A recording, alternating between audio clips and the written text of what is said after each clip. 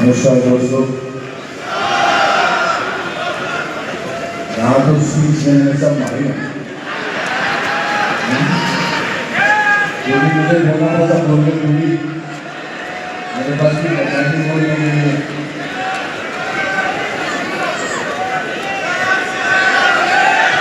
जय श्री राम।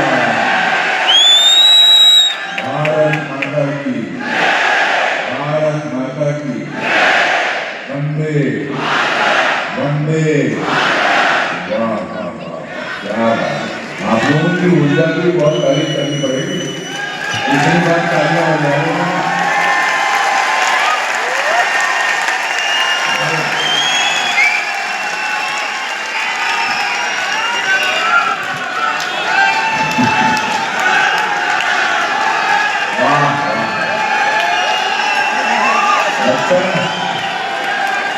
लगता है आप लोगों ने आरसीएम का चौबरान खाया हुआ है।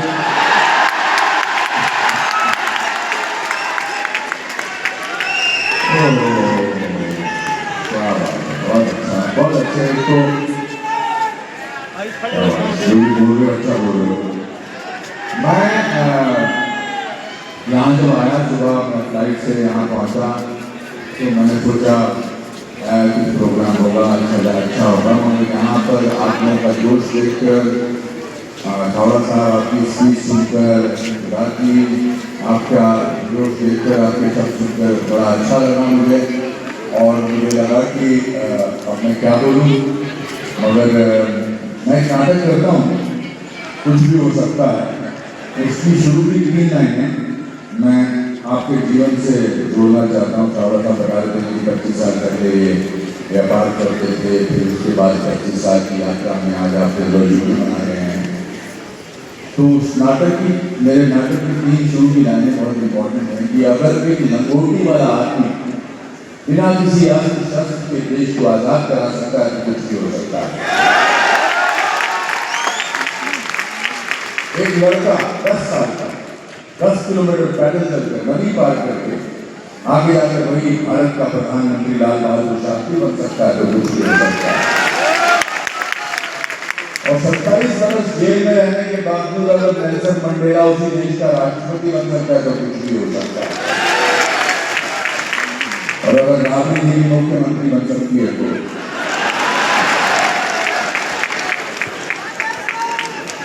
कहने का तात्पर्य है इच्छा शक्ति का होना बहुत जरूरी है, मन की शक्ति का होना बहुत जरूरी है। मैं बड़े छोटे से परिवार से आता हूँ, बहुत गरीब परिवार से आता हूँ। मेरे पिताजी क्लर्क थे फॉरेस्ट डिपार्टमेंट में, उनकी तनख्वाह 90 रुपये थी और हमारा 14 लोगों का परिवार था। और तो इस देश के एक तीसरे भी आई जितना हमारे पास, इतनी जगह में हम लोग रहते थे। गरीबी, पिताजी अकेले कमाते थे। लेट 50 की 1960 1962 की बात है। और 14 लोग, दादाजी और इतनी छोटी सी जगह में रहते थे पर बड़े खुश थे। तो मैंने एक दिन दादाजी से पूछा कि दादाजी हम इतने गरीब हैं तो इतने खुश क्यों हैं?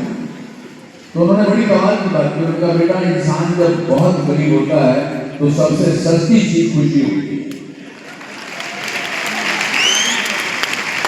तो मेरे मन से गरीबी का डर निकल गया कि ठीक है, गरीब होना तो कोई बड़ी बात नहीं।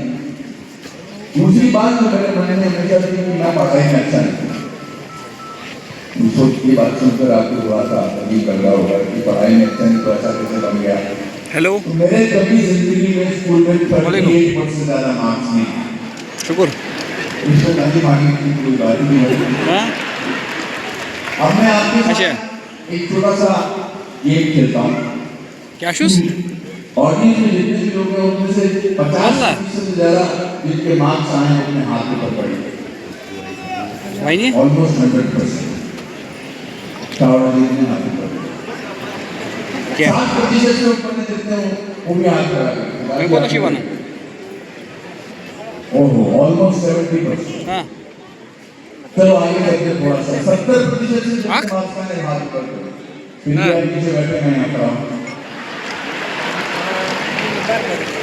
लास्ट अच्छा मैंने किया है जिसकी वजह से मुझे यहाँ बुलाया गया। हाँ। इसका मतलब नहीं कि मैं आपकी उपलब्धियों की सराहना नहीं कर रहा हूँ, अच्छा अच्छा। और थोड़ा सा आपसे विपरीत, थोड़ा सा ज़्यादा विपरीत सोचता हूँ, और वो पैसे को लेकर। पैसा कमाना बहुत जरूरी है, बाबू शेब बहुत जरूरी है। कल के शेब कल के पैसा कमाने के बाद ही आप पैसा बांट सकते हैं, तो सर ठीक क्योंकि बिना कमाए कैसे बांट सकते हैं। पैसा होगा तो अच्छे विचार आएंगे, एक अच्छा करने का दिल करेगा, मंदिर बनाने का दिल करेगा, इतना भव्य प्रोग्राम करने का दिल करेगा। तो आपकी बात और मेरी बात ऑलमोस्ट सेम है। तो मैं जब मुंबई गया था आज से 45 साल पहले, हालांकि मैं नेशनल स्कूल ऑफ ड्रामा का गोल्ड मेडलिस्ट था, लेकिन रहने को जगह नहीं थी। मैंने बहुत सारी रातें रेलवे स्टेशन पर गुजारी, बेंच के ऊपर। और ये सच बात है, मैं इसलिए कह रहा हूँ कि आप लोग सपने देखना ना बंद करें। आप लोग शाबाश साहब की तरह ऐसी जिंदगी के बारे में सोचें। आप में से भी बहुत सारे लोग अनुपम खेर बन सकते हैं, शाबाश साहब बन सकते हैं।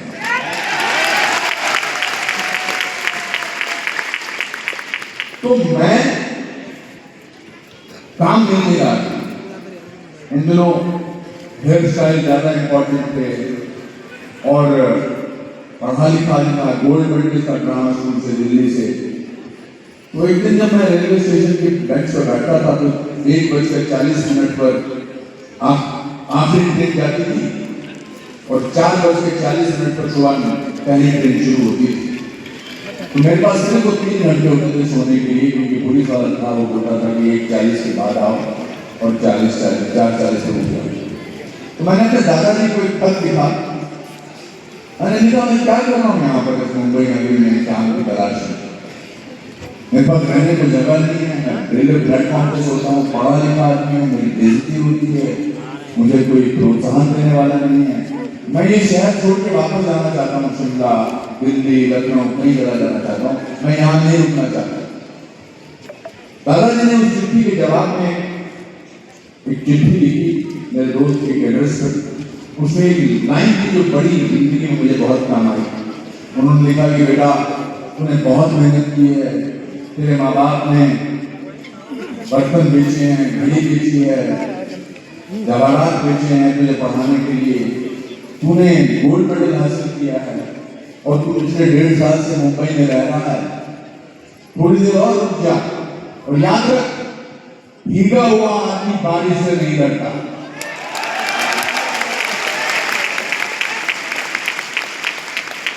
तो लाइन पढ़ के मुझे लगा आपको दुनिया की कोई ताकत मुझे नहीं रोक सकती। फिर मैंने मेहनत की, और इन पिछले 41 साल हो गए मुझे फिल्मों में आए हुए। 41 साल में अगले हफ्ते में अपनी 550वीं फिल्म साइन कर रहा हूँ। मैं अपने गुणगान गाने के लिए यहाँ नहीं आया, मैं आपको ये बताने के लिए आया हूँ कि सपने देखना बहुत जरूरी है, क्योंकि हर सपना पूरा होता है उसके पीछे सिर्फ आपको मेहनत करनी पड़ती है। आज यहाँ पर आज से 25 साल पूरे हैं, ये सिर्फ उस वजह से हुए कि आपने एक दिन सपना देखा था कुछ करने का, और उस सपना न केवल आपने अपना साकार किया, लेकिन हाँ बजाय इसके बल्कि आज से के इतने बड़े परिवार के सपने साकार कर रहे हैं। और इन लोगों की तालियों से इस बात का एहसास होता है कि आपके लिए ये आत्मा से, दिल से ताली मार रहे हैं, फिर इसलिए भी यहाँ आए हैं।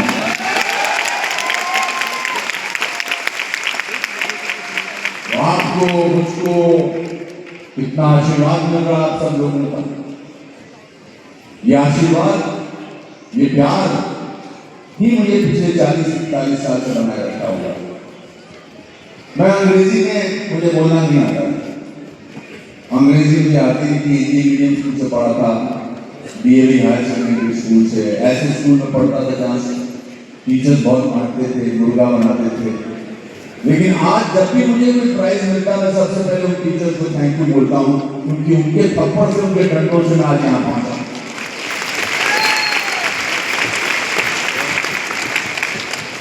ठंड में, कोहरे में, आपको कितनी मात्रा तो आपके विश्वास को देखकर मुझे इस बात का विश्वास हो गया है कि कुछ अच्छा करो तो बहुत सारे लोग पीछे जुड़ते चले